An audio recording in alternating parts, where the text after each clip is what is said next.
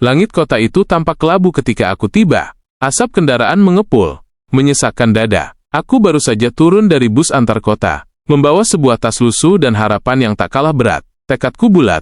Aku harus mendapat pekerjaan di kota ini, demi masa depan, demi orang tuaku di desa. Hari-hari berlalu tanpa hasil. Setiap pintu kantor yang kuketuk hanya memberi harapan palsu. Di tengah putus asa itulah takdir mempertemukanku dengannya, seorang gadis muda dengan penampilan elegan dan aroma parfum yang mahal.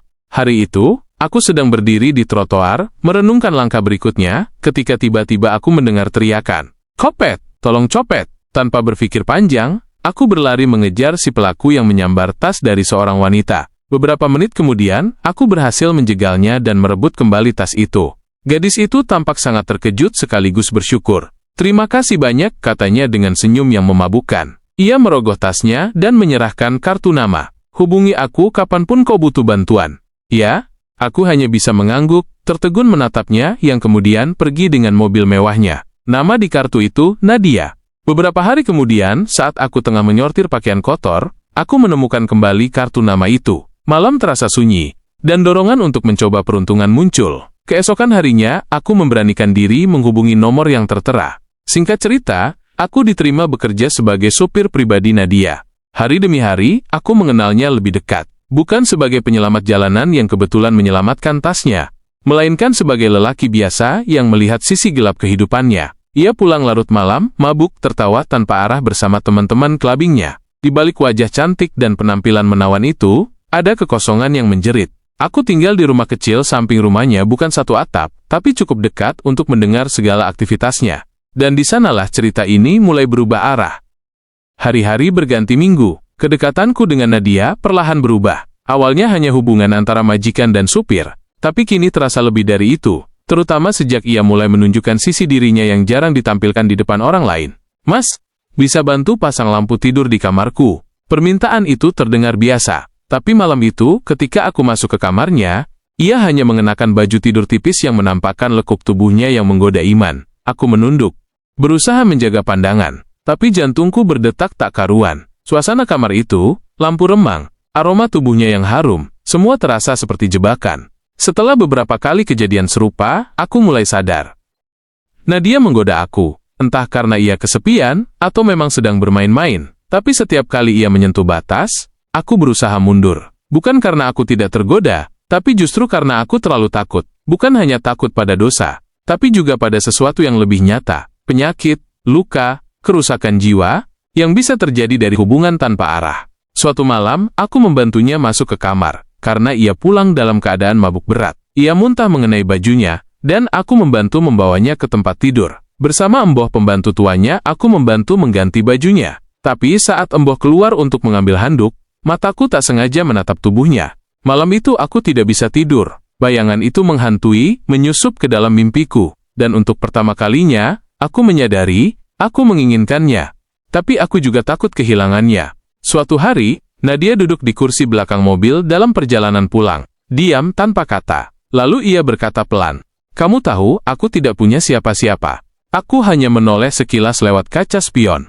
Aku mencintaimu," lanjutnya. "Aku tahu, kamu sopirku. Tapi aku serius. Aku lelah dengan hubungan semu. Aku ingin yang nyata. Seseorang yang benar-benar ada." Aku menelan ludah. Kata-katanya seperti gemuruh di telingaku. Sejak saat itu, hubungan kami berubah drastis. Nadia tak lagi menyembunyikan perasaannya. Ia mulai terang-terangan menunjukkan keinginan untuk bersamaku. Bukan hanya secara emosional, tapi juga fisik. Namun, aku menolak setiap kali ia mencoba melampaui batas. "Bukan karena aku tak menginginkanmu," kataku padanya suatu malam. "Tapi karena aku takut. Aku ingin memastikan, jika aku memilihmu, aku memilih dengan benar."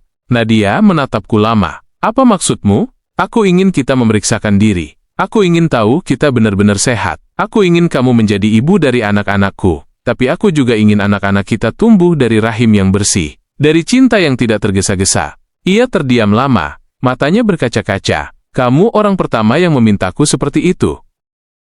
Beberapa hari berlalu sejak aku mengutarakan permintaanku. Sejak itu, Nadia menjadi pendiam. Tak ada lagi godaan, tak ada lagi baju tidur tipis, bahkan tak ada percakapan di dalam mobil. Tapi aku tahu, bukan karena ia marah. Ia sedang berpikir, mencerna, barangkali juga terluka, karena selama ini tak ada seorang pun yang pernah menolaknya, apalagi menantangnya untuk memilih jalan yang tidak biasa. Hingga suatu pagi, sebelum kami berangkat ke kantor, ia berdiri di depan pintu mobil dan berkata lirih, "Besok pagi, temani aku ke klinik." Aku hanya mengangguk, meski dalam hati bergemuruh seperti ombak menghantam batu karang. Aku tak tahu hasilnya akan seperti apa, tapi aku tahu satu hal, aku harus siap menerima kenyataan, apapun itu.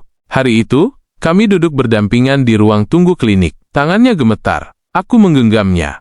Memberi ketenangan sebisaku. Hasil pemeriksaan keluar setelah beberapa jam yang menegangkan. Negatif HIV. Semua normal. Nadia menutup mulutnya, menahan tangis. Aku merasakan beban besar luruh dari pundaknya. Ia menoleh padaku dan berkata, "Aku ingin berubah. Bukan karena takut penyakit, tapi karena kamu membuatku percaya bahwa aku pantas diperjuangkan." Sejak hari itu, sesuatu yang besar terjadi dalam hidup kami. Nadia berhenti pergi ke tempat hiburan malam. Ia mulai belajar hidup lebih sederhana. Kadang ia menemaniku berbelanja ke pasar, memakai pakaian santai, tanpa make-up tebal. Kami tertawa di tengah kesederhanaan yang selama ini mungkin tak pernah ia kenal.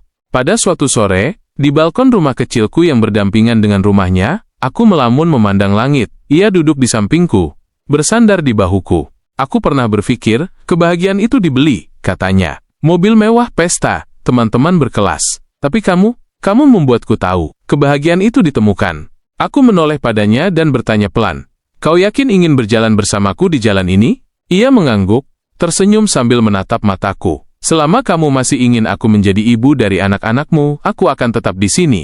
Dan saat itu, aku tahu kisah kami bukan lagi tentang sopir dan majikan, tapi tentang dua hati yang menemukan arah, bukan karena sempurna, tapi karena sama-sama memilih untuk tumbuh.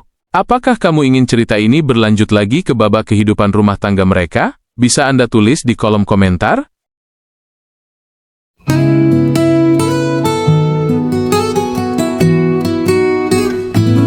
Langit kelabu saat aku tiba, kota asing sesak dan tak ramah.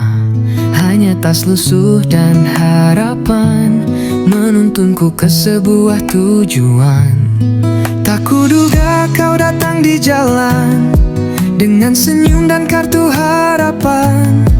Takdir menulis kisah yang diam di antara dua dunia yang kelam. Kau membuatku percaya bahwa cinta bisa nyata, bukan dari tubuh yang menggoda, tapi hati yang ingin pulih bersama. Kau membuatku bertahan saat dunia ajak menyerah, dan saat ku tahu kau terluka, kita saling sembuhkan dengan cinta.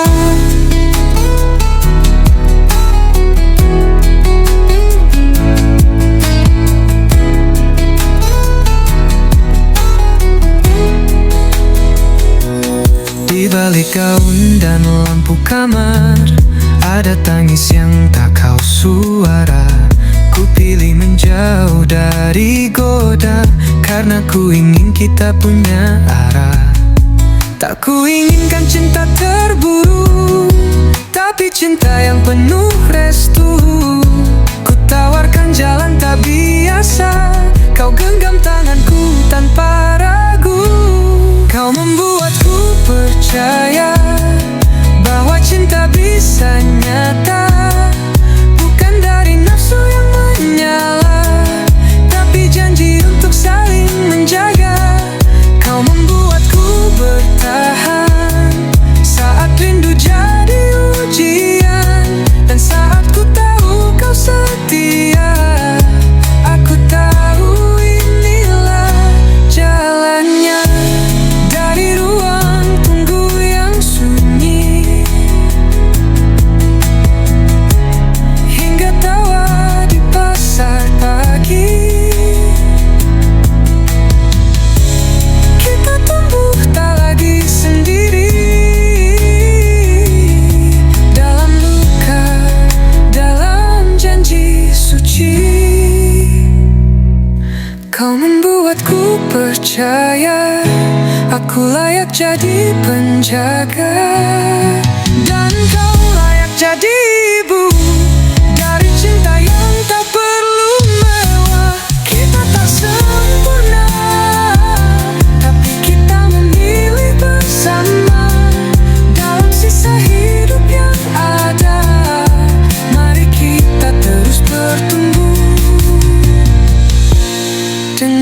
benci.